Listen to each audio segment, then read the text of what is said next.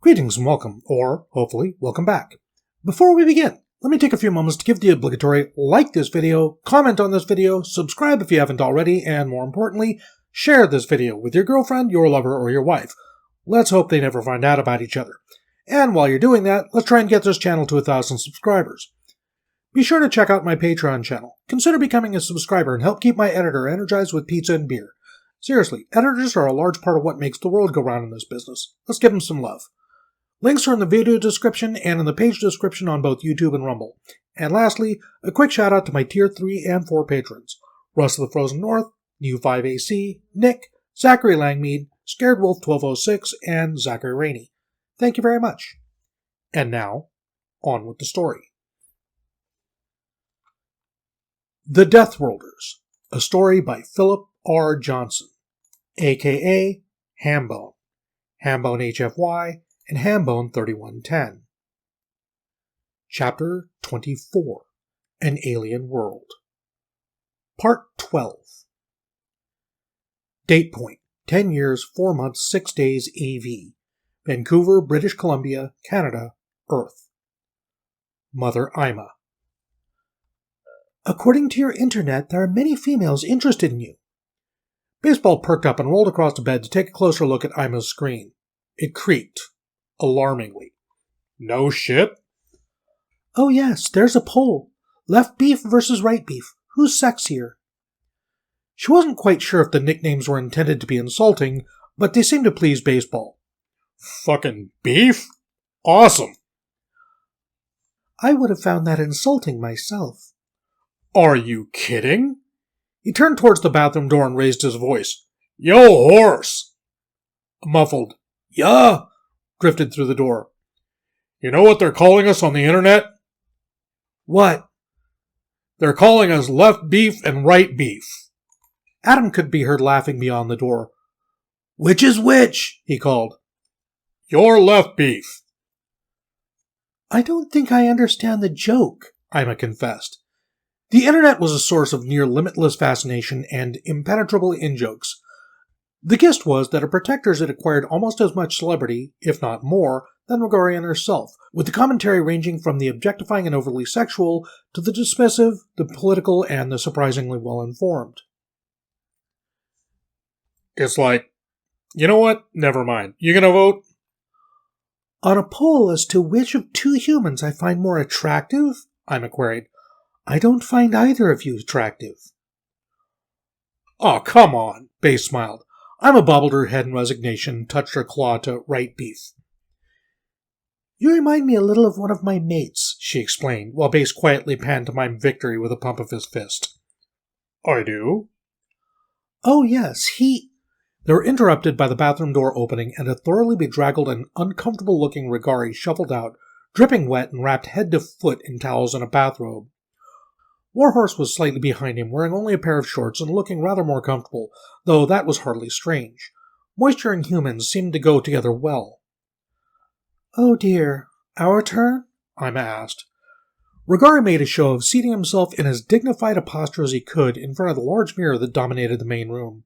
To Ima's eyes, he was still as sleek and handsome as ever, and in any other setting she might have been able to appreciate his slender strength and some fond memories of the time spent siring their cub together. Next to any human, however, any Gaoian was skinny. Next to Warhorse, Raigari looked positively pathetic. Your turn, he confirmed, fighting to maintain some semblance of gravitas when he looked half-drawn and was shivering uncontrollably. Yeah, dude, don't use Formulation 3, Warhorse cautioned, referring to one of the hypoallergenic shampoos they had been able to acquire for the mission. The Gaoians were going to need a thorough decontamination at the end of every day, and finding products that were safe for non-human skin but still tough on Terran pathogens and allergens had been challenging. Base's brow creased interrogatively. Okay, but why not? Turns out it contains civet musk oil. That's bad? Don't ask.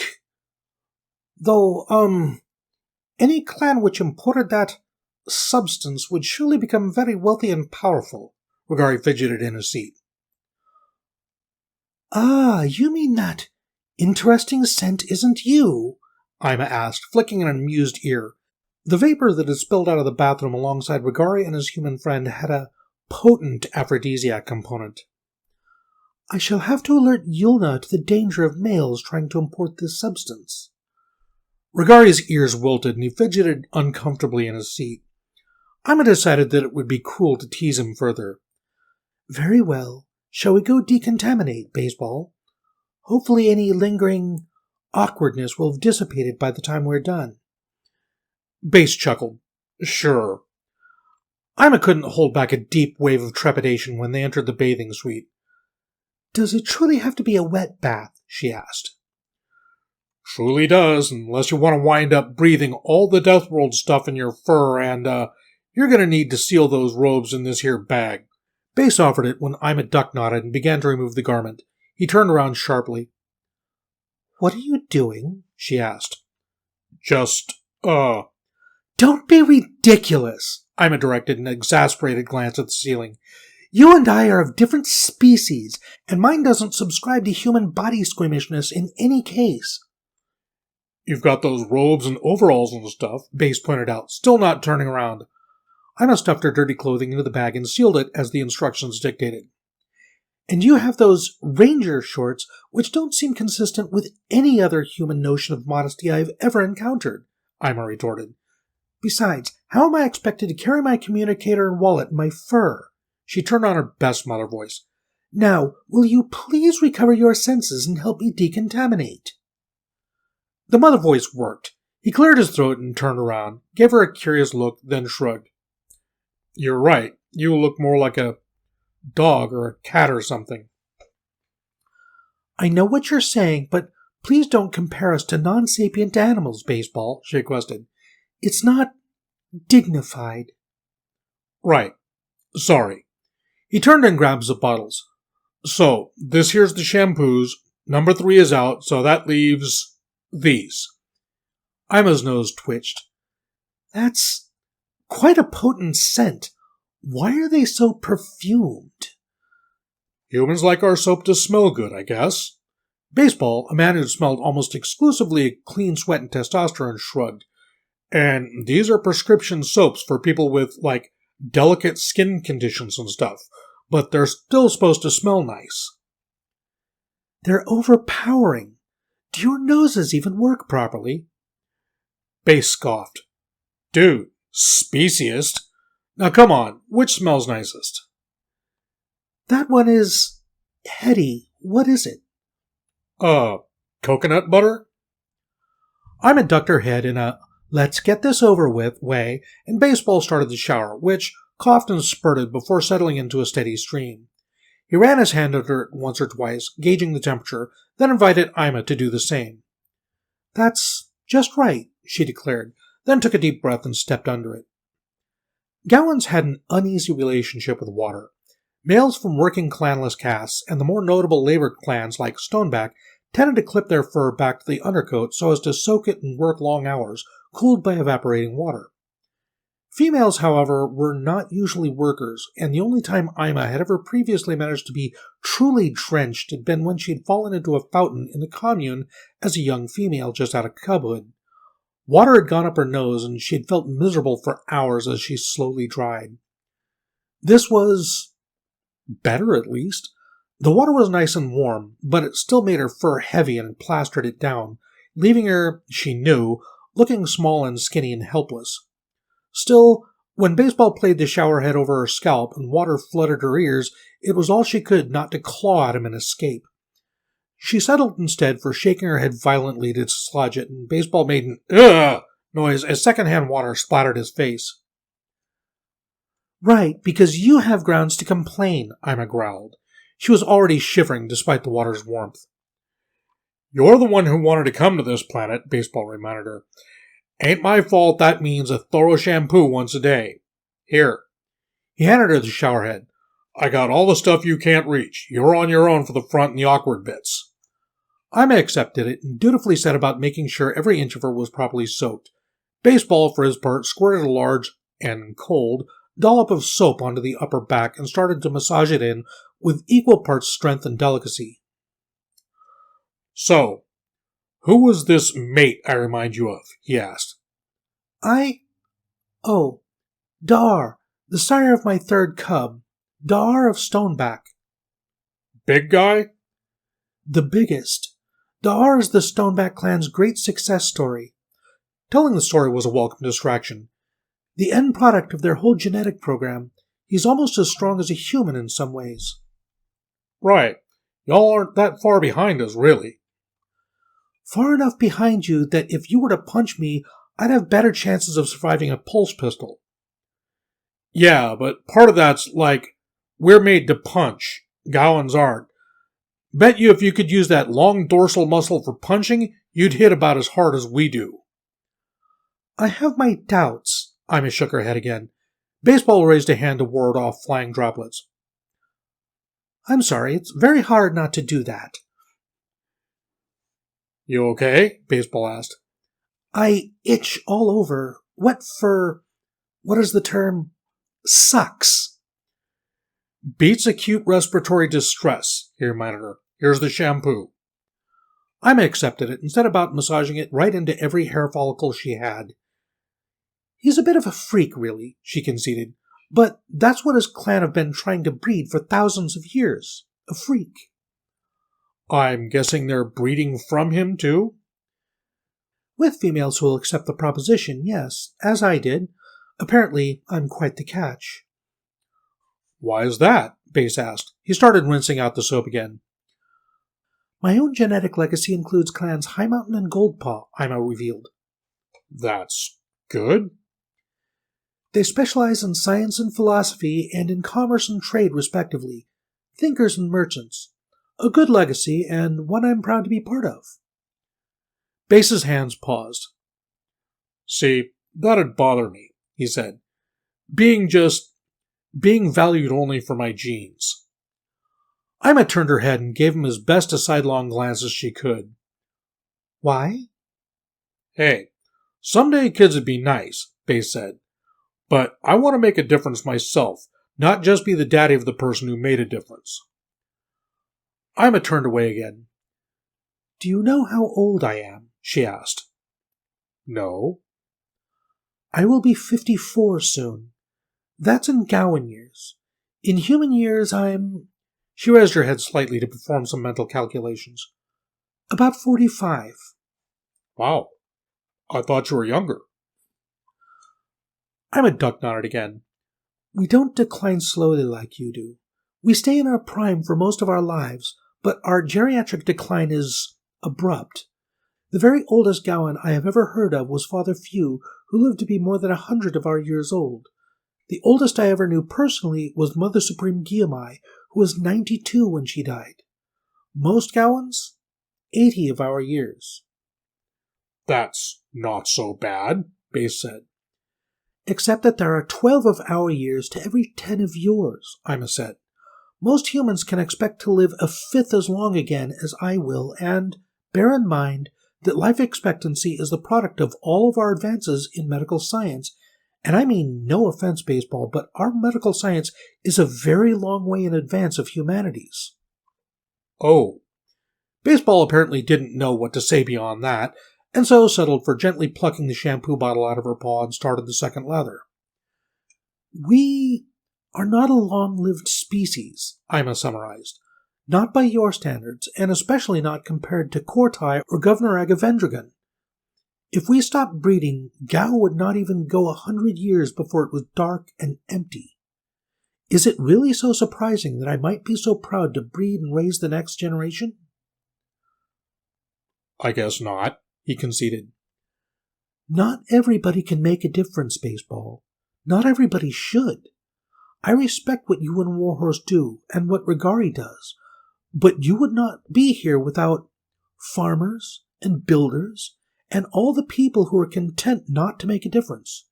You would not exist without mothers.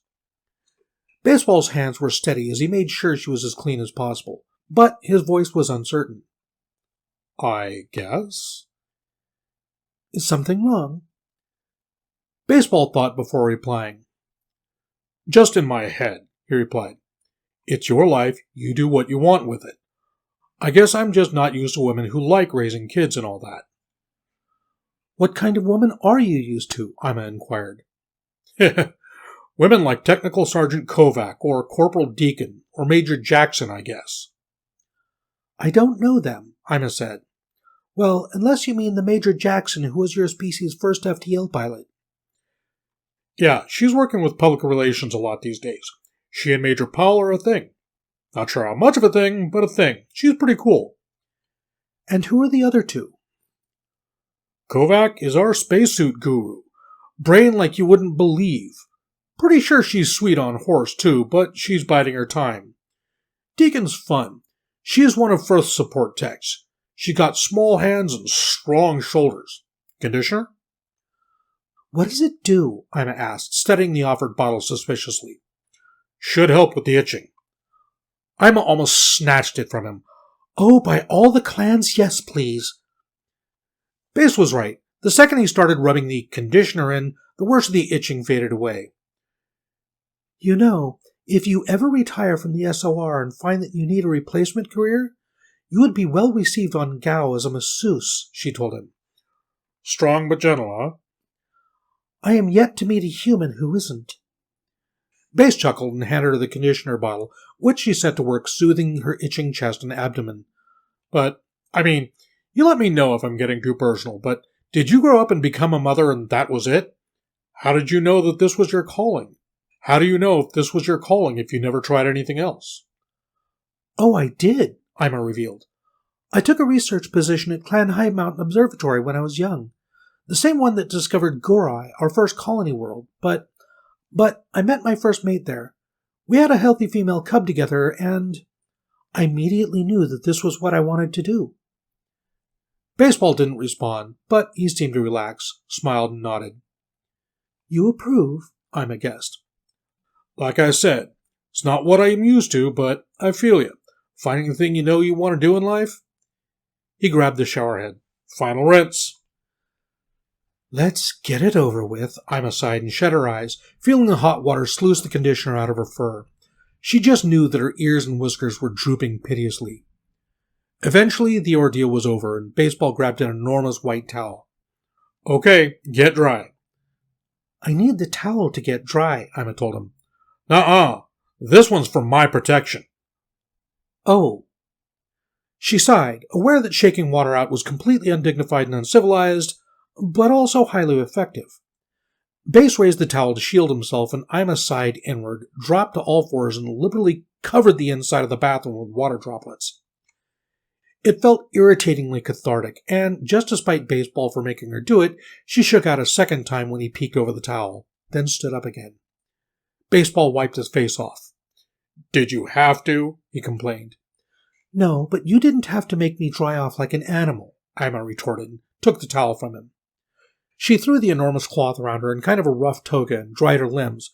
Baseball handed her a second one. You're really bothered by that, he noted. Wouldn't you be? Not really. We're animals. Why try and pretend otherwise? Base shrugged. We walk around, we eat stuff, breathe. Animals. Personally, I aspire to be more, Ima sniffed, scrubbing the towel into the top and back of her head. Me too, but you don't get there by forgetting what you are. Baseball opened the door. If the inside of the bathroom had been humid and fragrant, the main room smelled mostly of hot air, moisture, and wet Gaoan. Regari was sitting miserably while being methodically blasted by some kind of handheld hot air gun, while Ares combed and brushed his fur. Already there was a fluffy quality to him that just didn't look dignified. He gave Ima an affronted look that communicated quite clearly that he blamed her for his current predicament. Ah, this must be that blow-drying I heard so much about, Ima hazarded. Base produced his second hot air gun. Yup. Is there any chance that I could... Nope. There was no appropriate word in Gaori. Fortunately, there were several appropriate ones in English, and Ima dutifully selected one as she sat on the bed and awaited her turn. Shit. Date point. 10 years, 4 months, 1 week AV. Allied Extrasolar Command, Scotch Creek, British Columbia, Canada. General Martin Tremblay. A nanofactory? Yup, Major Nadeau grinned. A full-size industrial one. Current Buratech, which puts it about 500 years ahead of the prototype in Dusseldorf. Which is a good 7 years from being switched on anyways, Colonel Bartlett added. Tremblay inspected the summary that Kirk had sent them after a long, intense absence. After 10 years of living at the Scotch Creek facility and seeing it go from research center to the sprawling nerve center of the extrasolar defense, one thing he'd become thoroughly acquainted with was advanced technology. He might not have been able to write the field equations from memory like Nadeau and Bartlett could, but when it came to spotting the strategic implications of every new piece of alien gear that came their way, he'd prided himself on leading the pack. It felt good not to be playing catch-up with geniuses. Suddenly I feel a good deal more optimistic, he mused. We're sure it's Kirk? His intelligence advisor, Lieutenant Colonel Clark, pursed his lips thoroughly. Psychologically, he's yellow at worst, but until somebody with need to know on Deep Relic presses a scanner to his head, he's orange, he declared. Tremblay sucked some air thoughtfully through his teeth. Orange, in the parlance of their system for classifying the likelihood that a given person was carrying a hierarchy agent, meant high risk. He would almost have preferred red, strongly suspected, or even a conclusive black. And he's not prepared to drop the shield and let anybody in. No, sir. No jump beacons, no traffic, not until Louis Beverot finishes, whatever it is he's going to finish. Until then, it's communications only. What, does he think we're riddled with hierarchy ourselves? Nadeau asked. Either he's being commendably cautious, Clark said, or else he's compromised. We have no conclusive way of knowing. And Beverot needs to know what we need in order to put the factory to best use, Tremblay read off the bottom of the report. He tapped his thumb on the table to help him think. Shit. Yep, Clark agreed. Nadeau cleared his throat. Sirs? We're at an impasse, Tremblay explained. Can't trust him, can't gain his trust. Until we know he's not hierarchy, we can't give him anything useful to do without potentially tipping our hand as to long-term strategy. And both he and that nanofactory are too valuable to waste on make-work. We need to secure them, for better or worse. What about this ship he mentions? Clark mused. The negotiable curiosity. True. If Kirk's an active agent for the hierarchy, then including that detail in his report makes little sense. Tremblay drummed his fingers on the desk some more, then reached a decision and stood. Bartlett, Nadeau, you're dismissed. Thank you. Both men stood, nodded, made their exit. Tremblay turned to Clark. I want to send a jets team after that ship. Isn't chasing a spaceship the SOR's job? Clark asked. Too valuable and still recovering from Capital Station. Still, ships can't fly forever. Eventually, they're going to land somewhere. And jets can pick them up when they do, Clark nodded. So we need our informants to keep watching for this thing. Tremblay paced by his window, thumb pressed thoughtfully to his chin. Do we have anything on this Bedu character? I'll find out, Clark promised. Who are you thinking of sending? I'll ask our colleagues down south for an STS element, I think, and we'll need a V-class, obviously. Clark nodded. That should buy trust with Kirk if he's not compromised, he agreed. Not to mention whatever intel we can get from that ship and its crew. They'll be pawns, Tremblay predicted. He sat back down and started to compose his requests and orders. Still, you never know. Date point. 10 years, 4 months, 1 week AV. Mawerki Station, Uncharted System, Deep Space. Louis Beverot. There was an idea forming. Okay, that wasn't accurate. There were several ideas forming. Thousands. Most, so far as Louis could tell, were completely bat-fuck crazy and of no practical use. Ripped straight from the pages of old sci-fi novels. A factory that could turn an entire asteroid belt into an ocean of unmanned space fighters? Great idea. If only they weren't fighting a digital species that didn't even live in the real world. Some kind of poison to induce implant rejection? Would have also induced fatal encephalitis. And those were just the pertinent ideas, the ones that came even vaguely close to addressing the challenge that Kirk had set him, saving the Earth from the hierarchy. Some of his ideas were just crazy. using force fields to brew the perfectly aerated espresso.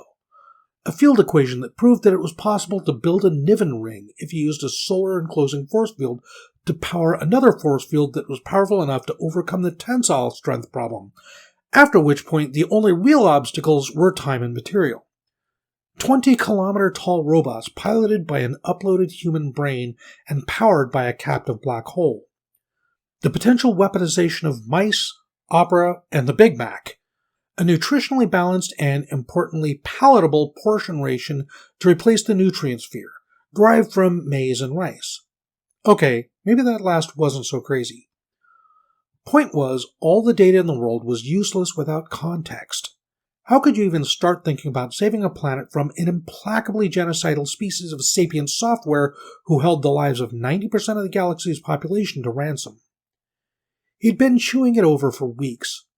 Fine, save the world. Great, but every scrap of data he was learning about every discipline he could think of was only doing more and more to convince him that there was nothing he could do. Kirk hadn't visited in a few days. Vedrig's chromatophore strips had a sickly, cautious quality to them. Every conversation ended in an argument, in rage, in futility. There was, he knew deep in his bones, just no way that he could save Earth. And that was where the idea was coming from. The idea was this.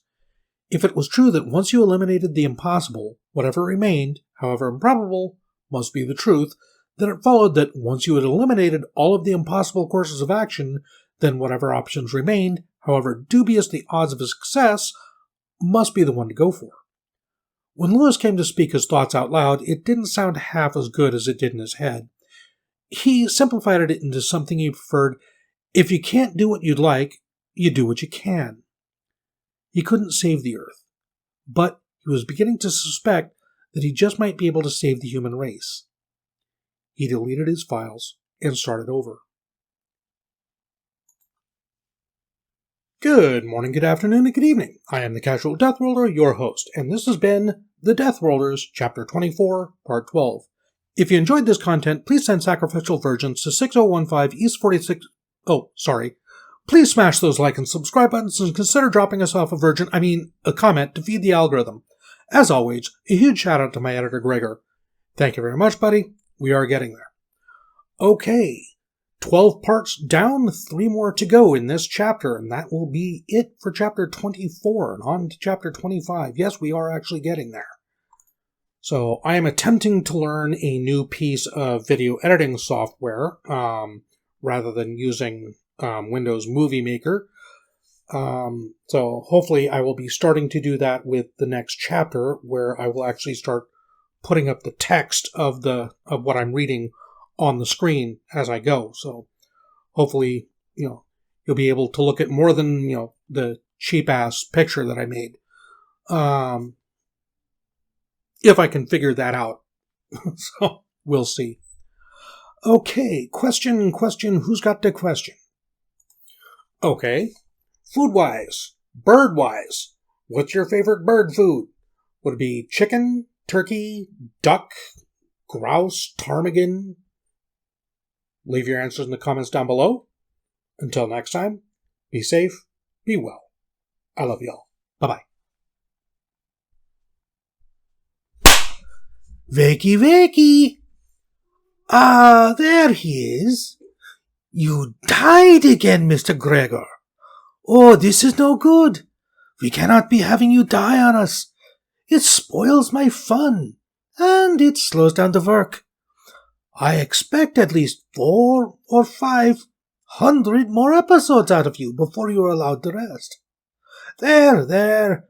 There is no crying in this business. Accept your fate. And know that if you die again, I will simply have my doctors bring you back to life. Now, get back to work! Good morning, Gregor. How are you today? Okay, it's time once again to do the thing. All right.